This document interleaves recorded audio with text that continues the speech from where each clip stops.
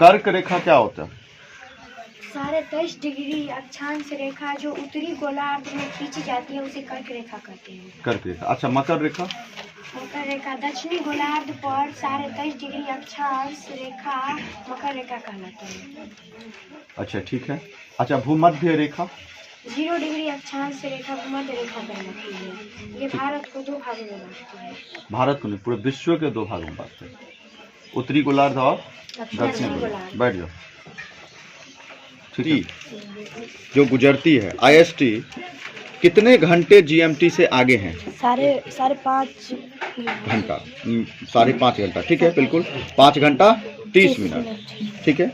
अच्छा बताओ, ये सारे कितना डिग्री है जो भारत से होकर के जाती है? कौन सा देशांतर रेखा है? 82.5 डिग्री। 82.5 डिग्री पूर्वी देशांतर, बिल्कुल सही। अच्छा, ये कौन कौन से राज्यों से होकर गुजरती है? तुम उठो, रुक जाओ, तुम बैठो। अच्छा बताओ, 82.5 डिग्री इन्होंने बताया पूर्वी देशांतर, ये जो है वो समय का निर्धारण करता है। यह कौन कौन से राज्यों से होकर गुजरती है?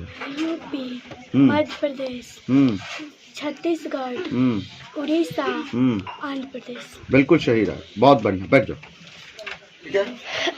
हम पूछेंगे लड़का से नेक्स्ट क्लास में। ध्यान देना है, टॉपिक है हमारा कर्क रेखा। कर्क रेखा क्या होता है ये तो सभी सुन लिया। 23.5 डिग्री जो उत्तरी गोलार्ध में खींची गई अक्षांश रेखा उसे हम कर्क रेखा कहते हैं। अब हमें समझना है कि कर्क रेखा कौन कौन से राज्यों से होकर गुजरती है। तो देखो, यहाँ पे गुजरात है, ठीक है। दूसरा है मध्य प्रदेश। तीसरा जो गुजरती है वो आपका छत्तीसगढ़। चौथा गुजरता है आपका झारखंड। पांचवा गुजरेगा कौन सा? पश्चिम बंगाल, ठीक है। और छठा गुजरेगा मिजोरम। और सातवां गुजरेगा त्रिपुरा। और एक गुजरेगा आपका कौन सा? आठवां कौन सा? एक छूट गया कहीं, राजस्थान, सॉरी, राजस्थान, ठीक ना। कौन सा? राजस्थान। तो पहला कौन सा था? कौन सा था? दूसरा राजस्थान, तीसरा मध्य प्रदेश, चौथा छत्तीसगढ़, पांचवा झारखंड, छठा पश्चिम बंगाल, सातवां त्रिपुरा, आठवां मिजोरम। तो कर्क रेखा भारत के कितने राज्यों से होकर गुजरती है? तो कितने? 8। कितने? 8। पहला कौन सा? गुजरात, दूसरा राजस्थान, तीसरा मध्य प्रदेश, चौथा छत्तीसगढ़, पांचवा झारखंड, छठा पश्चिम बंगाल, सातवां त्रिपुरा, आठवां मिजोरम। ये 8 राज्यों से होकर के भारत के राज्यों से होकर के कर्क रेखा गुजरती है जो 23.5 डिग्री पर खींची गई है बिंदु। तो देखो, उत्तर, दक्षिण, पूरब, पश्चिम। तो उत्तर में अगर बात किया जाए सबसे दूरस्थ बिंदु भारत का तो वह है इंदिरा कौल। कौन सा? इंदिरा कौल। और दक्षिण में बात किया जाए तो इंदिरा पॉइंट। कौन सा? इंदिरा पॉइंट। इंदिरा कौल, इंदिरा पॉइंट, इंदिरा कौल और इंदिरा पॉइंट, ठीक है। और इधर पूरब की बात किया जाए तो ये अरुणाचल प्रदेश में है, किबुथु। क्या है? किबुथु। क्या? किबुथु। और अगर हम पश्चिम में बात करें तो सर क्रीक। क्या है? Sir creek. ये 4 पॉइंट हमें याद होना चाहिए, उत्तर, दक्षिण, पूरब, पश्चिम। तो कौन कौन सा है दूरस्थ बिंदु, ये हमें याद होना चाहिए। अब आ जाओ, एक लास्ट फैक्ट है, टॉपिक्स है कि भारत के सीमावर्ती जो देश है वो कौन कौन से हैं, स्थलीय रूप से कौन कौन से टच करता है, इसके बारे में समझेंगे। तो ये भारत है। भारत में देखो, यहाँ पे नेपाल है। दूसरा आपको कौन दिख रहा है? भूटान।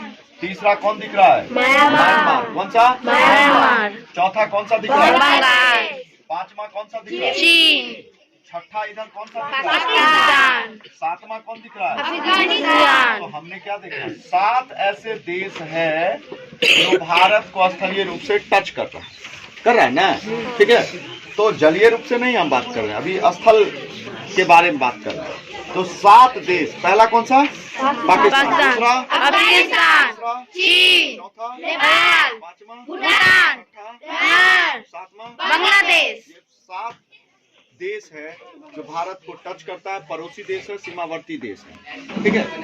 अब बात आता है कि सबसे ज्यादा स्थलीय रूप से कौन टच करता है, तो ये है बांग्लादेश। कौन है? बांग्लादेश। तो बांग्लादेश भारत को सबसे लंबी स्थलीय सीमा बनाती है बांग्लादेश, जिसका डिस्टेंस है 4096 किलोमीटर। कितना? 4096 किलोमीटर। और सबसे कम जो बनाता है वो है अफगानिस्तान, बहुत ही कम यहाँ पे टच करता है। इसके बारे में हम लोग नेक्स्ट क्लास में समझेंगे एक एक चीजों को। साथ ही साथ नेक्स्ट क्लास में हम ये समझेंगे कि भारत को जो बांग्लादेश टच करता है तो भारत के किन किन राज्यों को टच करता है। उसके बाद अफगानिस्तान टच करता है तो किसको टच करता है। पाकिस्तान की सीमा अगर मिलती है भारत से तो कौन कौन से राज्यों को टच करता है। इन सभी बातों पर हम लोग अगले क्लास में पढ़ेंगे। ठीक है, फिलहाल